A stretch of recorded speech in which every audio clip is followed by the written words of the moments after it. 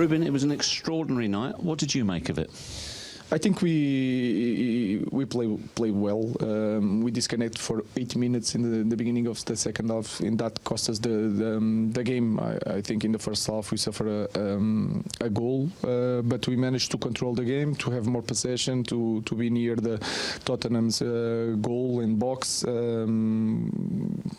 Just the last shot was not the last pass, but the last shot we missed it. Then the second half, 8 minutes, we suffered 2 goals. But the lads were incredible. Returned to the game, scored twice, really near the third goal, the draw, and then another set pieces. Again, we managed to go with another set pieces. It was good for the fans. It's very good for the coach of Tottenham, but for us, it's really hard today. So we have to think in the next game, in the next competition. What happened at the start of the second half? Were you just not there mentally? They catch you asleep? No, we already know that this team starts really, really fast. But they scored 1 goal, and then we should have a long possession of the ball to calm down the game. But we lose a lot of balls near the box, and then 1 long ball, they make the 3-0. It was tough for us, but let's look at the good side. We managed to return to the game, and that is important in this moment. What sparked the fight back, and how encouraged were you by the mentality your players showed at 3-0 down? Not just the players and the fans. They help us a lot in that moment. But for me, important is not just the spark, but the way to do it. We maintained the way we're supposed to play, even with 3-0 or 2-0 or 1-0. We managed to more or less control the game, the possession, and try to play the same way. And that is really important in this moment. Altay Bayındır was not happy with the 4th goal. Do you think, had VAR been in operation tonight, that it may not have stood? I don't want to speak about referees and VAR. I had that way of being in football in Portugal. I will try to maintain as much as possible to that way. So I will not speak about VAR and referees. Despite the disappointment of losing the game, there was a very warm embrace between yourself and Ange Postecoglou at the end. Did you have warm words for each other? Was it along the lines of, that was crazy? I think he's a great guy, and I think he's a great coach. And I think he plays the football in the right way. So I think he deserves all the credit. I liked his team, and it was a great night. So it was just that. Another night where you learn about your still relatively new squad and players. What are you learning, do you feel? The best position, where they like to play, where they are better players in each position of the field, the character, the way they train. I'm learning really fast, but every day, and they have more to give. Thank you, Ruben. Thank you very much. Thank you for your time. Thank you. Well, Ange, you said yesterday it's the hardest job in the world. Did we see tonight why it's so stressful? Yeah, look, it was obviously we made it harder than it should have been, for sure. Rolling control and played really well.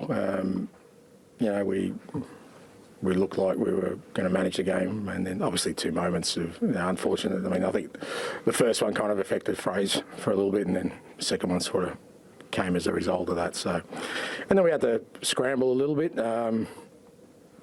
You know, showed some character at the end, got a 4th and through the semi.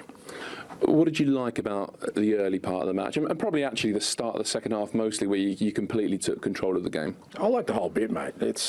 Are you not entertained? Well, we are very entertained. Well, there you go. What do you want? Do you want a scrambling 1-0? I know the studio's probably going in a meltdown over my lack of tactics, but you know what? I love the fact that we go out there and just take it to oppositions, even the fact that we've got you know, so many absences at the moment. Goalkeeper, both centre halves, left backs, you know, got kids on the bench, and yet, you know, these boys are maintaining their principles about trying to play the football we want to be. And I think if we get through this period, and you know, I just think we're going to get enormous growth out of it. I really like the way we played tonight. I mean, obviously, you know, those 2 moments kind of taint the sort of overall, and it's something that's happened this year before, and obviously. It doesn't help us in sort of gaining traction in terms of our consistency, but in terms of the mentality of the boys, mate, I love it. You're right about the studio meltdown, by the way. but part of it is, on a sort of, the nice thing that's being said is you're the most entertaining team in the league. Does that mean a lot to you? Well, yeah, it does to me, yeah, because I love football and I love watching teams that go out there and entertain. Now, obviously we want to be successful as well, and we won't be if we, make things difficult like for ourselves like we did tonight. But you balance that up with the situation we're in right now. 10 first-team players out. I keep saying it, and I don't think it's registered with people, but that's okay. And we're not going out there and trying to grind out 1-0 victories.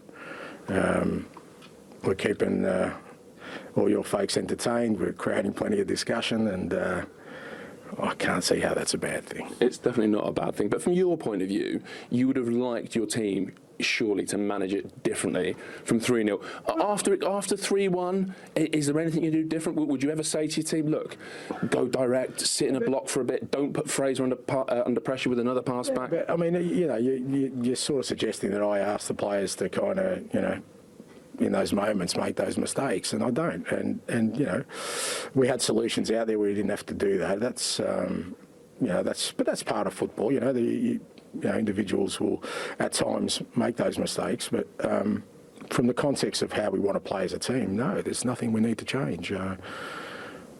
I'll be very happy if we keep scoring 4 goals and 5 goals a game if we're winning. Obviously, we want to win. We don't want to not be winning, but for me, that's it's still the most important thing, and I get it.